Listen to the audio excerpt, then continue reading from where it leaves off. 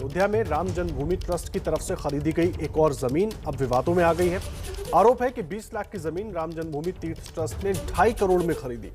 महज 3 महीने में जमीन के दाम 12 गुना कैसे बढ़ गए, ये सवाल विपक्ष उठा रहा है और जमीन खरीद में इसे दूसरा घोटाला बता रहा है। इससे पहले आरोप लगे थे कि ट्रस्ट ने 2.5 करोड़ की जमीन महज 15 मिनट बाद ही 18.5 करोड़ में खरीदी, यानी 16.5 करोड़ का घोटाला जमीन विवाद में किया। आज एबीपी न्यूज पर आम आदमी पार्टी सांसद संजय सिंह ने ट्रस्ट पर चंदे की चोरी का आरोप लगाया, तो कांग्रेस नेता रणदीप सुरजेवाला ने भी अयोध्या जमीन में कथित घोटाले को रामद्रोह बताया। और देखिए, कल शिवसेना नेता और राज्यसभा सांसद प्रियंका चतुर्वेदी ने भी ट्वीट करके इस पूरे मसले पर सवाल उठाए थे और इस वक्त वो हमारे साथ सीधा जुड़ गई हैं। बहुत स्वागत है आपका प्रियंका चतुर्वेदी एबीपी न्यूज पर। सबसे पहले मैं ये जानना चाहूंगा, सवाल आप भी उठा रही हैं, बहुत सारे लोगों की आस्था से जुड़ा हुआ प्रश्न है, लेकिन जो सफाई दी जा रही है क्या वो काफी नहीं है? इसमें सफाई किस तरीके से आप लोगों को संतुष्ट कर रही है, जो हमारे धर्म का विषय है, आस्था का विषय है, राजनीति का विषय नहीं है। ये जो सफाई बार बार सामने आ रही है, किस तरीके से आपको लग रहा है कि ये सफाई मंजूर है? जो हमारे श्रद्धालु हैं जिन्होंने भव्य रामलला के मंदिर के लिए योगदान दिया है, आप जो भी सवाल चिन्ह उठा रहे हैं उसके कोई जवाब तो सामने आ नहीं रहे हैं। बार बार ये कह दिया जाता है कि दाम बढ़ गए थे जब जैसे ही सुप्रीम कोर्ट ऑर्डर आया था। अरे दाम बढ़ गए हैं, सबको पता है, पर इस तरीके की 2 करोड़ की जमीन आप 18.5 करोड़ में खरीद लेते हैं, 20 लाख की जमीन आप 2.5 करोड़ दे देते हैं, 36 लाख की जमीन आप 1 करोड़ में खरीद लेते हैं। कहीं ना कहीं इस प्रश्न चिन्ह मंदिर पे नहीं उठा रहा है, ये उस ट्रस्ट पे उठा रहा है जो सुप्रीम कोर्ट ने गठन करने की बात कही थी और प्रधानमंत्री नरेंद्र मोदी जी को ये जिम्मेदारी दी थी। कौन कौन इस ट्रस्ट में आते हैं वो प्रधानमंत्री नरेंद्र मोदी जी उनको अच्छे से जानते हैं। प्रधानमंत्री नरेंद्र मोदी जी पे क्योंकि यह हस्तक्षेप होता है, आखिरी सवाल का निशान जो उठता है उन पर उठता है, तो ये जवाबदारी बनती है कि जिनको ये जिम्मेदारी दी है वो जिम्मेदारी को भलीभांति निभाएं और धर्म और आस्था के विषय के साथ किसी तरीके की छेड़छाड़ नहीं होनी चाहिए और किसी तरीके की मनमानी नहीं होनी चाहिए, क्योंकि उनको याद रखना चाहिए ये जो पैसा आया है वो श्रद्धालुओं का पैसा भगवान श्री राम के भव्य मंदिर के लिए आया है, ना कि इनकी मनमानी के लिए। प्रियंका जी, ट्रस्ट की तरफ से जो सफाई दी गई उसमें पहले साफ तौर पर यह कहा गया कि जो भी पेमेंट्स हुई हैं वो सब NEFT या RTGS के जरिए हुई हैं, सीधे तौर पर पैसा व्हाइट में दिया गया है, तो ऐसे में वो पैसा किसी और के पास तो गया नहीं, जिसने जमीन बेची उस पर गया, ये कहकर सफाई दी गई। देखिए, कोई ये नहीं लगा प्रश्न पूछ रहा है कि आपने पैसा किस तरीके से दिया, प्रश्न तो ये है ही नहीं। प्रश्न ये है कि जो सर्कल रेट चल रहा था उस आधार पे आपने वो ज़मीन नहीं खरीदी, आपने 12 गुना दाम पे एक ज़मीन खरीदी जो फरवरी में ये उपाध्याय जी खरीदते हैं, मेयर के जो भांजे हैं वो खरीदते हैं, एक 20 लाख की खरीदते हैं, 36 लाख की खरीदते हैं, और वही सर्कल रेट के आधार पे उन्होंने खरीद ली ये लैंड। पर हमारे जो मंदिर से खरीदी जा रही ट्रस्ट के माध्यम से उसके दाम 12 गुना हो जाते हैं। तो कहीं ना कहीं आप भले ही वाइट में दें, जो भी आप करें, वो कोई सवाल नहीं पूछ रहा है। सवाल ये पूछ रहे हैं कि ये दाम इस तरीके से इतने गुना कैसे बढ़ गए हैं और आप क्यों उसको मान गए कि हाँ हमें इसी दाम पे बेचने हैं। दूसरा सवाल ये उठता है, जो 2 करोड़ की ज़मीन खरीदी गई थी पाठक से, वो दोनों पाठक जो हैं कपल हैं वो तो भागे हुए हैं, उन पे काफ़ी आरोप लगे हुए हैं। वो आकर मेयर के सामने आकर वो स्टैम्प ड्यूटी पे करते हैं, स्टैम्प ड्यूटी पे करते हैं सर्कल रेट के आधार पे जो 5.8 करोड़ है, पैसे लेते हैं 2 करोड़, और वही 10 मिनट में 18.5 करोड़ में हमारी राम मंदिर ट्रस्ट क्यों खरीद लेता है। और ये सवाल सिर्फ हम नहीं पूछ रहे हैं, सवाल कौन कौन पूछ रहा है? हिंदू धर्मगुरु जो भी हैं वो पूछ रहे हैं, जो रामलला विराजमान के मुख्य पुजारी हैं वो पूछ रहे हैं, राजू दास जी पूछ रहे हैं जो हनुमानगढ़ी के मुख्य पुजारी हैं, खुद शंकराचार्य पूजनीय स्वरूपानंद सरस्वती जी पूछ रहे हैं, और सभी ये कह रहे हैं कि CBI और ED की इन्वेस्टिगेशन होनी चाहिए। तो अगर आपका दामन साफ है, अगर आपने कोई गलत नहीं किया है, तो आप इन्वेस्टिगेशन से क्यों भाग रहे हैं? तो बस सवाल ये है कि आस्था और धर्म का विषय है, राजनीति का विषय नहीं है। और जो भारतीय जनता पार्टी से जुड़े हैं वो इस ट्रस्ट में शामिल हैं, तो भारतीय जनता पार्टी से ज़्यादा मैं मानती हूँ सुप्रीम कोर्ट की जिम्मेदारी बनती है। सुओ मोटो इन्वेस्टिगेशन होना चाहिए और पता करना चाहिए कि इतनी ज़मीन में इतना अंतर कैसे आ गया रातों रात। ठीक है, रातों रात तो भूलिए, 10 मिनट के अंदर अंदर कैसे आ जाता है। आप सुप्रीम कोर्ट की बात कर रही हैं, सो मोटो कॉग्निजेंस होना चाहिए, लेकिन इसमें एक बात मैं पूछना चाहूंगा, लगातार इस मसले पर आम आदमी पार्टी के नेता हों या दूसरे दलों के नेता हों, हम सबसे बात कर रहे हैं, जो आरोप लग रहे हैं उन पर जवाब भी तलाशने की कोशिश कर रहे हैं। वीएचपी नेता की तरफ से साफ तौर पर कहा गया कि भाई जिसको दिक्कत हो रही है, जिसको लग रहा है कि इसमें गड़बड़ है, वो क्यों नहीं योगी आदित्यनाथ को एक चिट्ठी लिखता, क्यों नहीं कहीं जाकर मामला दायर करवाता है ताकि जांच हो पाए। हमारे हिसाब से तो सब कुछ ठीक है, हम तो बता रहे हैं। देखिए, जब भगवान श्री राम के ऊपर जब वो वापस अयोध्या लौटे थे और जब माता सीता आई थी, तो उनके साथ भी भगवान श्री राम ने कहा था मेरी जिम्मेदारी बनती है कि मेरे ऊपर कोई प्रश्न चिन्ह ना उठे, ना मेरे ऊपर किसी तरीके की उंगली उठाई जाए कि मैं कहीं जो राज्य कर रहा हूँ गलत कर रहा हूँ। तो उन्होंने माँ सीता का भी अग्नि परीक्षा ली थी। हमेशा कहा जाता है seizures wife should be above suspicion. जहाँ पे आपको इतनी बड़ी जिम्मेदारी मिली है, जहाँ पे ये हमारे सबसे पूज्य और मैं मानती हूँ पुण्य जो स्थल बनकर आ रहा है राम मंदिर, और इतने सालों की लड़ाई लड़ी गई है, इतने लोगों ने उसमें योगदान दिया है, और वो जब बनकर आ रहा हो तो किसी तरीके का प्रश्न चिन्ह अगर उठता है तो वो जिम्मेदारी मात्र जनता की नहीं होती है प्रूव करने की, ये जिम्मेदारी बनती है वो राम राज्य स्थापना करने वाले उन लोगों की जिन्होंने राम के नाम पे सत्ता पाई है।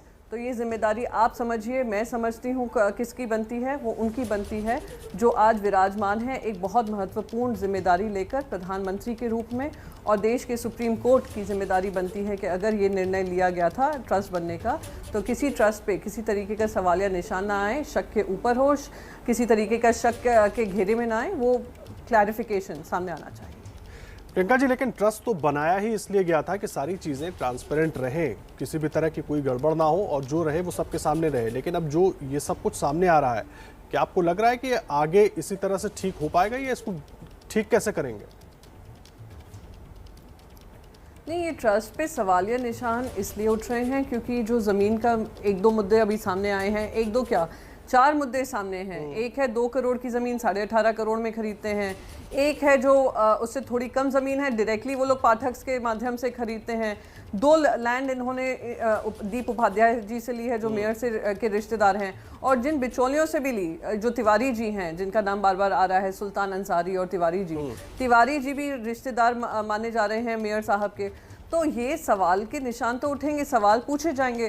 तो अगर ट्रांसपेरेंसी मेंटेन करनी है, ट्रांसपेरेंसी ये नहीं होता है कि हमने तो बैंक ट्रांसफर किया, हम ट्रांसपेरेंट डील कर रहे हैं। ट्रांसपेरेंसी ये नहीं होती है। ट्रांसपेरेंसी ये होती है कि ये जो दाम हैं कि कैसे निर्धारित किए गए, किस आधार पे निर्धारित किए गए, और कितनी इम्पोर्टेंट वो ज़मीन थी। अब आगे की जो पहले की 2 ज़मीन हैं वो खरीदी जा रही हैं अयोध्या स्टेशन के सामने, तो आप कितनी इम्पोर्टेंट ये ज़मीन थी कि आप उसके 12 गुना दाम देने को तैयार थे, वो सवाल सामने आते हैं। और अगर इस पर कार्रवाई नहीं होती है, ये जैसे पीएम केयर्स फंड है जहाँ पे किसी तरीके की कार्रवाई नहीं हो सकती, कोई आरटीआई नहीं हो सकता है, वो जिम्मेदारी उसी इतनी ही बड़ी जिम्मेदारी, उससे बड़ी जिम्मेदारी आरटीआई पीएम केयर से ज़्यादा इस ट्रस्ट की बनती है, क्योंकि ये हमारे धर्म और आस्था का विषय है।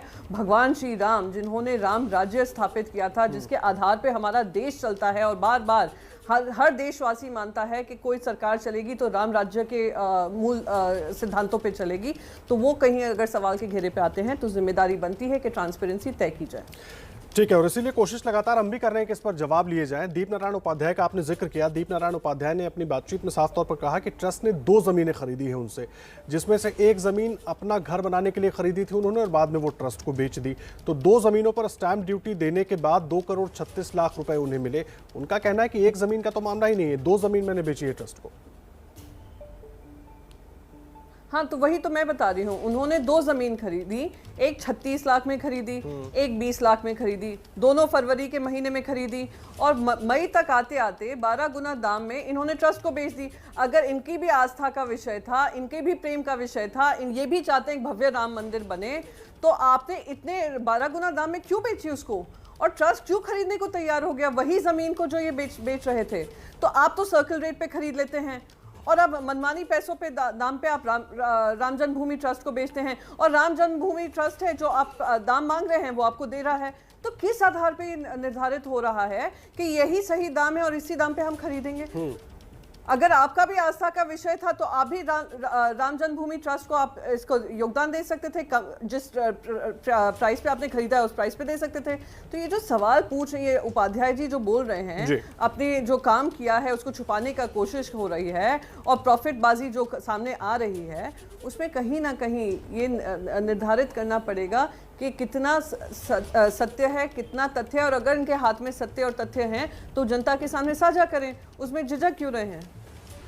मुझे एक बात बताइए प्रियंका जी, तो क्या आप लोग औपचारिक तौर पर कुछ कोशिश करेंगे कि इस पर जांच होनी चाहिए? मांग तो ठीक है, आरोप भी ठीक है, लेकिन औपचारिक तौर पर किसी को तो कदम उठाना पड़ेगा ना, अगर जांच की बात कर रहे हैं तो।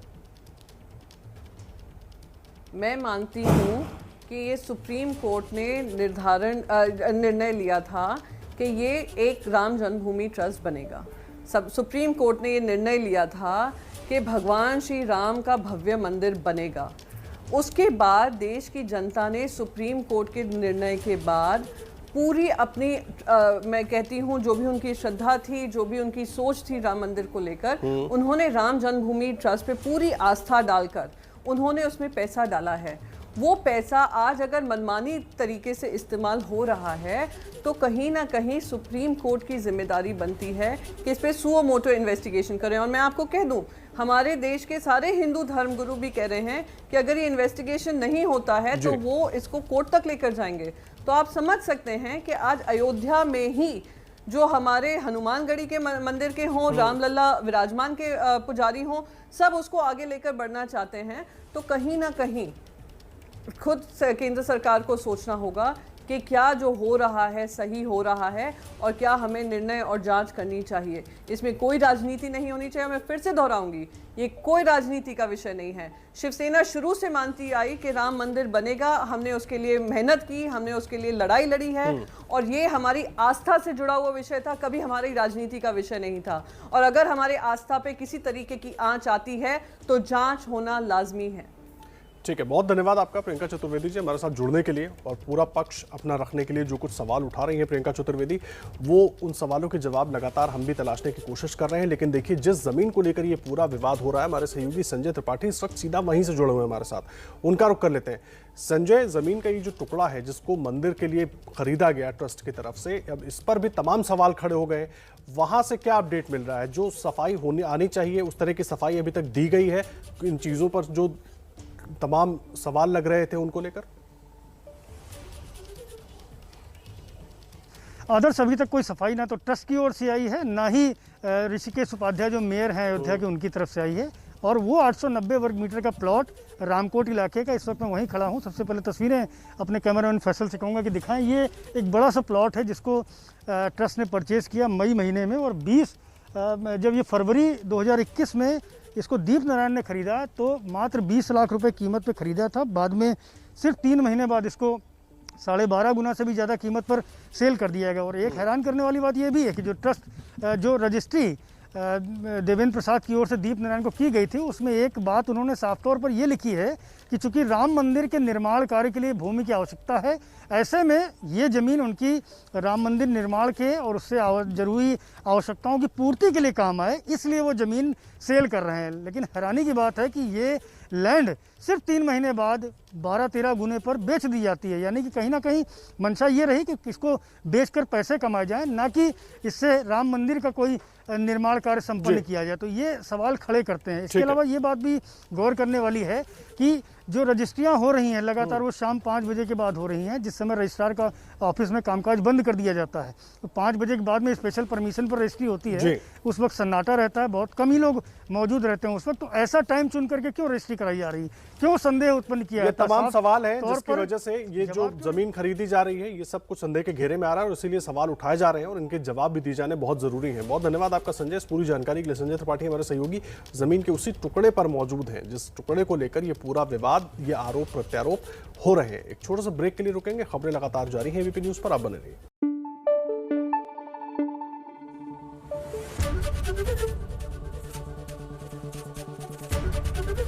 एबीपी न्यूज आपको रखे आगे।